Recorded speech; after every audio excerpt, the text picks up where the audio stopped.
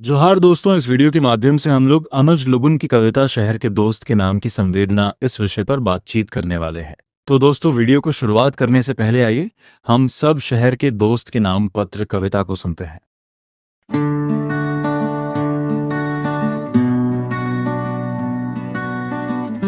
शहर के दोस्त के नाम पत्र। हमारे जंगल में लोहे के फूल खिले हैं, बॉक्साइट के गुलदस्ते सजे हैं।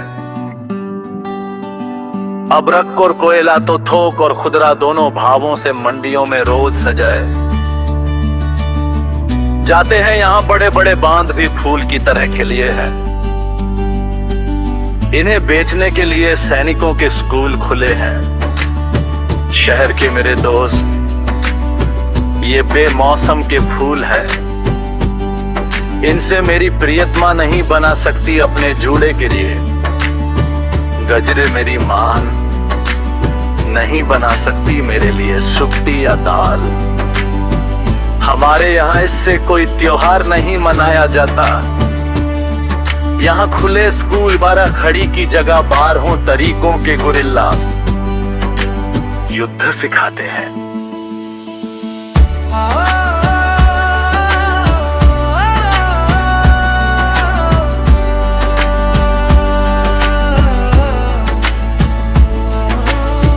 बाजार भी बहुत बड़ा हो गया है, मगर कोई अपना सगा दिखाई नहीं देता।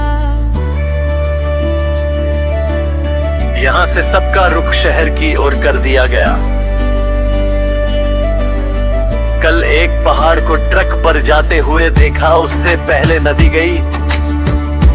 अब खबर फैल रही है कि मेरा गांव भी यहाँ से जाने वाला है।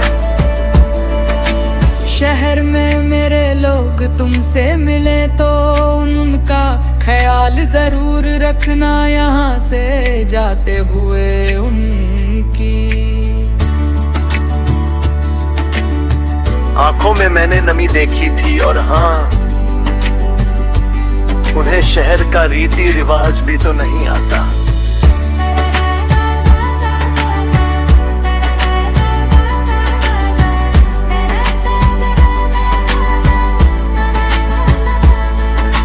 मेरे दोस्त उनसे यही मिलने की शपथ लेते हुए अब मैं तुमसे विदा लेता हूँ।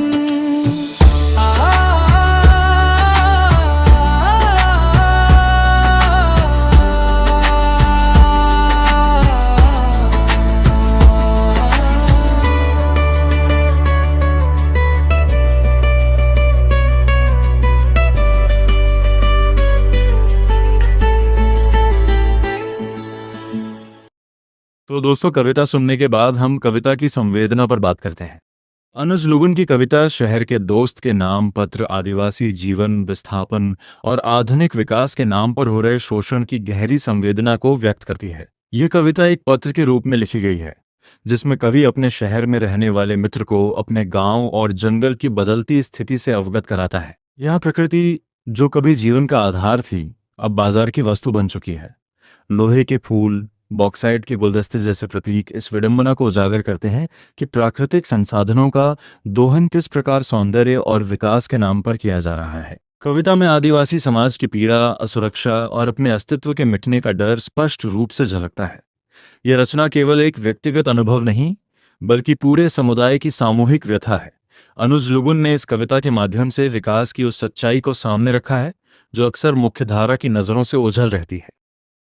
शी कांसकल कविता में कवि अपने शहर के मित्र को संबोधित करते हुए अपने जंगल और गांव की वर्तमान स्थिति का चित्रण करता है।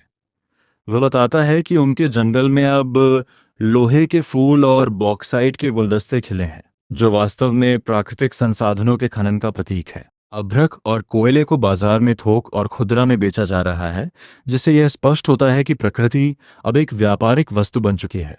बड़े बड़े बांध भी फूल की तरह खिले हैं, लेकिन उनका उद्देश्य केवल बेचने और लाभ कमाने तक सीमित है। कवि इस तथाकथित विकास की आलोचना करते हुए कहता है कि ये बेमौसम के फूल हैं, जिनका उनके जीवन में कोई उपयोग नहीं है।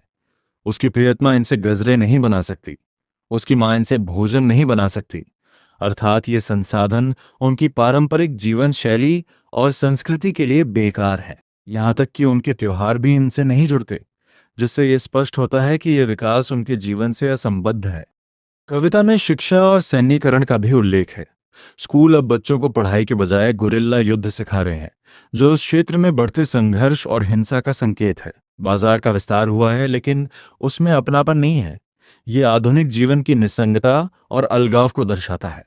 कवि आगे बताता है कि अब लोगों को अपने गांव छोड़कर शहर की ओर जाना पड़ रहा है। उसने एक पहाड़ को ट्रक पर जाते देखा, जो प्रकृति के विनाश और संसाधनों की लूट का प्रतीक है। नदी के बाद अब गांव के जाने की खबर है, जो विस्थापन की भयावहता को दर्शाती है। अंत में कवि अपने मित्र से अनुरोध करता है कि जब उसके लोग शहर आएं, तो उनका ख्याल रखा जाए, क्योंकि वे शहर के तौर तरीकों से अनजान हैं। उनकी आंखों में नमी उनके दर्द और असुरक्षा को दर्शाती है। इस प्रकार कविता विकास के नाम पर हो रहे अन्याय और मानवीय संवेदनाओं की कमी को उजागर करती है। शहर के दोस्त के नाम पत्र कविता आधुनिक विकास और आदिवासी जीवन के बीच के गहरे अंतर को उजागर करती है। अनुज लुबुन ने इस रचना के माध्यम से यह दिखाया है कि जिस विकास को प्रगति कहा जाता है, वह कई बार किसी समुदाय के अस्तित्व और संस्कृति के लिए विनाशकारी साबित होता है। ये कविता हमें ये सोचने पर मजबूर करती है कि क्या विकास केवल आर्थिक लाभ तक सीमित होना चाहिए, या उसमें मानवीय संवेदनाओं और सांस्कृतिक मूल्यों का भी ध्यान रखना चाहिए। कवि की अपने मित्र से की गई अपील वास्तव में पूरे समाज के लिए एक संदेश है कि हमें विस्थापित और संघर्ष कर रहे लोगों के प्रति सहानुभूति और सहयोग का भाव रखना चाहिए।